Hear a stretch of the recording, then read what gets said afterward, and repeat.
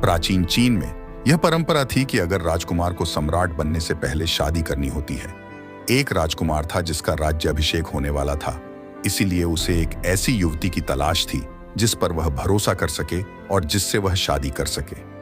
एक बार एक राजकुमार था जिसे कुछ ही दिनों में राज्याभिषेक होना था, इसलिए राजकुमार ने सबसे योग्य उम्मीदवार खोजने के लिए अपने राज्य की सभी युवतियों को बुलाने का फैसला किया। एक बूढ़ी महिला थी जो महल में सेवा करती थी। जब उसे यह खबर मिली तो वह दुखी हो गई, क्योंकि उसे पता था कि उसकी बेटी राजकुमार से गुप्त प्रेम करती है। घर आकर उसने अपनी बेटी को इस बारे में बताया।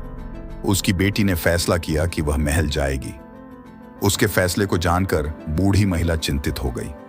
बूढ़ी महिला ने अपनी बेटी से कहा, तुम वहां क्या करोगी?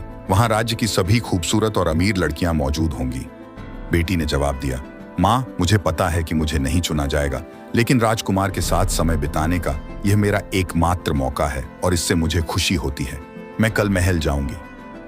अगले दिन जब युवती महल पहुंची तो उसने देखा कि पूरे राज्य से युवतियां सुंदर वस्त्र और आभूषण पहनकर वहां उपस्थित थीं और राजकुमार से विवाह करने के इस अवसर को जब्त करने के लिए कुछ भी करने को तैयार थीं। राजकुमार ने सभी दरबारियों और युवतियों की उपस्थिति में एक चुनौती की घोषणा की। उसने कहा, मैं तुम में से प्रत्येक को एक बीज दूंगा। 6 महीने के समय के बाद जो युवती मेरे लिए सबसे सुंदर फूल लाएगी वह मेरी पत्नी और भावी महारानी होगी। सभी युवतियों ने बीज लिए और चली गईं। बेचारी युवती ने भी अपना बीज लिया और उसे एक गमले में लगाया।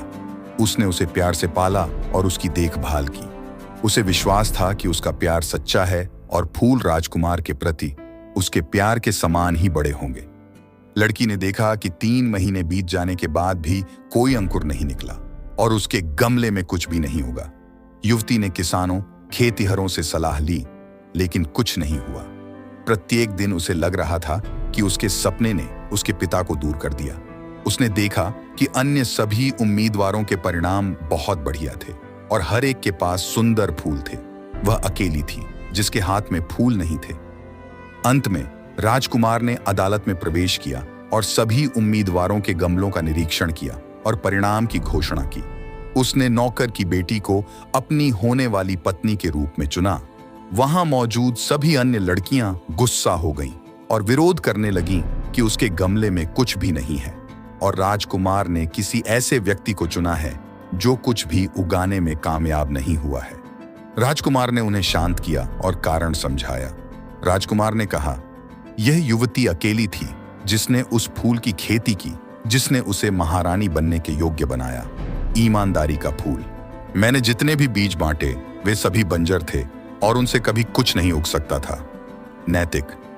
अगर चीजें वैसी नहीं होती जैसी हमें लगता है कि होनी चाहिए तो हमें निराश नहीं होना चाहिए।